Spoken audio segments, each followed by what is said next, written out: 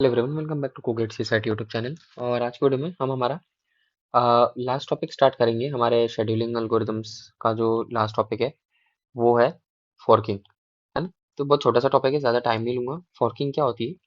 तो देखो, forking simple आप समझ सकते हो कि आपके पास में, और कंसिडर करो हमारे पास में कोई एक प्रोसेस है P1, ठीक है। अब वो प्रोसेस एग्जीक्यूट हो रही है ना। अब जनरली फोर्किंग क्यों करते हैं, तो एक एग्जांपल से, रियल वर्ल्ड एग्जांपल से समझते हैं। फॉर एग्जांपल, हमारे पास में एक बैंक है एसबीआई का, ठीक है। उस एसबीआई का बैंक, उसकी मेन ब्रांच जो है वो समझ लो आप मुंबई में है, ठीक है। मुंबई में उसकी मेन ब्रांच है ना।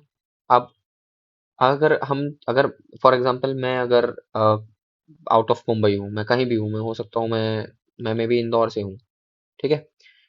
तो मुझे अगर एसबीआई बैंक में जाना है तो मुझे मुंबई जाना पड़ेगा, ठीक है। समझ लो। तो और हो सकता है कि पूरा लोड जो है इस एसबीआई वाले ब्रांच पे, सभी लोग क्योंकि इसी पे आएंगे तो बहुत ज्यादा लोड आ जाएगा इस पे। ये भी समझ में आ गया। तो हम क्या करते हैं, हम इसी की एक एग्जैक्ट कॉपी बना देते हैं। कहाँ पे? इंदौर में। एग्जाम्पल के लिए मैंने इसको बना दिया कि ये एसबीआई सी, ये मतलब कॉपी है।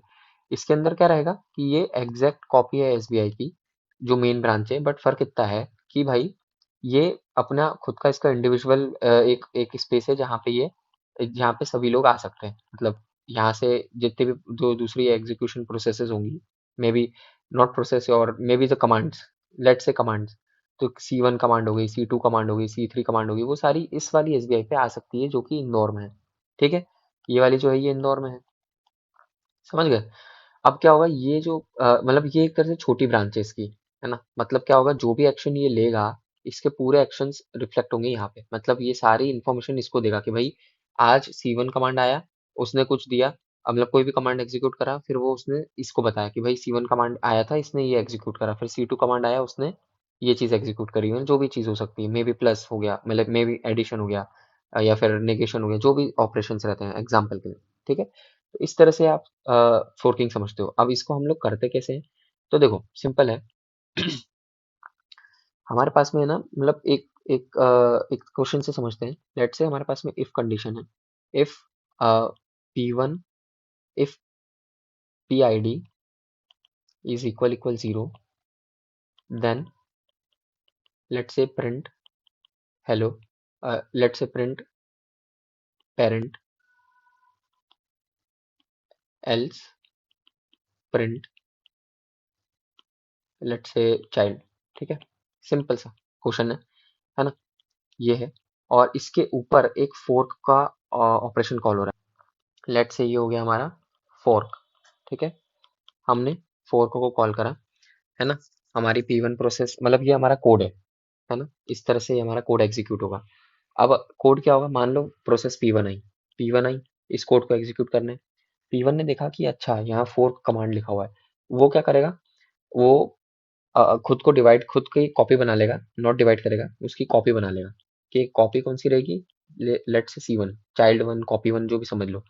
तो वो क्या करेगा कि भाई यहाँ पे हमारा ओरिजिनल, मतलब कभी भी क्वेश्चंस आए ना फोर्क के, फोर्क अगर दे दिया इस टाइप से, जैसे मान लो बहुत सारा फोर्क दे दिए, फोर्क के बाद फोर्क, फोर्क के बाद फोर्क, तो वो कैसे करना है, उसका ट्री बनाना आना चाहिए। तो उसका तरीका क्या है, हमारे पास में हमने क्या करा, एक मेन प्रोसेस होगी P1। P1 को आप जब भी फोर्क आएगा तो क्या करेंगे, हमेशा जो ओरिजिनल प्रोसेस है उसको कर दो तुम लेफ्ट में, और जो उसकी चाइल्ड प्रोसेस बनाओगे वो कर दो राइट में। और इसको असाइन कर दो जीरो, इसको कर दो वन, ठीक है। ये हो गया जीरो, इसको कर दो वन समझने के लिए। अच्छा ठीक है, ये मेरी जीरो प्रोसेस है, मतलब ये मेरी पेरेंट है। ये मेरा वन है, मतलब ये मेरा चाइल्ड है ना।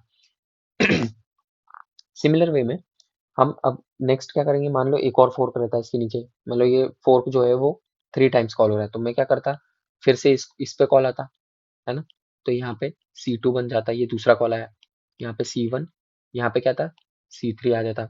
फिर से यहाँ होता P1, और यहाँ पे क्या कॉल आता, लेट से C4 आ जाता। फिर यहाँ पे C2 है, C2 का C2 वैसा ही आ जाता, थर्ड कॉल जा रहा है, ठीक है। ये हो जाता C4। फिर C1 का C1 आ जाता। C4 के बाद में C3 भी आ चुका है, C4 आ चुका है, यहाँ पे C4 आ चुका है, यहाँ पे C5 लिख लेते हैं। ये हो गया C6, ठीक है। फिर यहाँ पे क्या आएगा, C3 तो वैसे का वैसा आ जाएगा। यहाँ पे क्या आ जाएगा, C7। समझ गए। तो अभी आप देखोगे कि आप यहाँ से यहाँ सारी प्रोसेस देख सकते हो। कि भाई पहली प्रोसेस P1 आई, फिर उसके बाद C2 आई या C1 आई, है ना? उस तरह से आप इसको देख सकते हो। तो इस तरह से आप फोर्किंग के क्वेश्चंस करते हो। अब आपको बोल दिया जाएगा कि बताओ भाई कि आपकी टोटल नंबर ऑफ प्रोसेसेस कितनी है, ठीक है? टोटल नंबर ऑफ प्रोसेस बोली है तो उसका फॉर्मूला होता है, अगर बोला गया है total number of process, that's simply 2 की पावर n, ठीक है? n वेयर n क्या है? n is the number of times fork is called, तो 2 की पावर 3 दैट विल बी 8, है ना?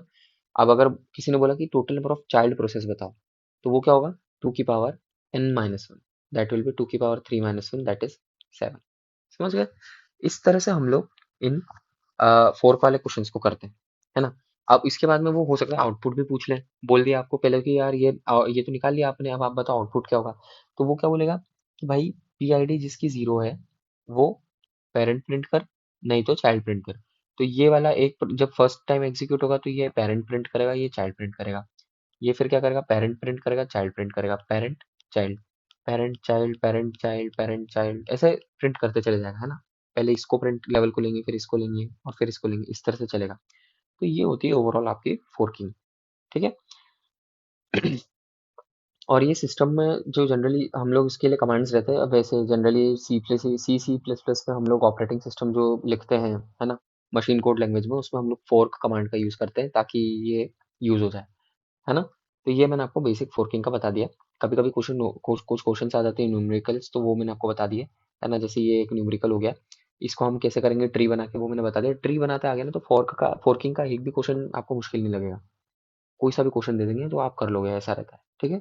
तो ये मैंने आपको बता दिया। आज की वीडियो के लिए इतना ही। अगर आपको वीडियो अच्छा लगे तो प्लीज़ इस वीडियो को लाइक एंड शेयर करें, चैनल को सब्सक्राइब जरूर करो और मुझे बताएं कैसे मैं इंप्रूव कर सकता हूँ। नेक्स्ट वीडियो रहेगा, उसमें हम हमारा next most important topic start करेंगे, इंटर प्रोसेस कम्युनिकेशन। इसके मैं बोलूँगा आप सारे सारे जितने भी वीडियोस है प्रॉपरली देखना और समझना, क्योंकि ये बहुत इंपॉर्टेंट टॉपिक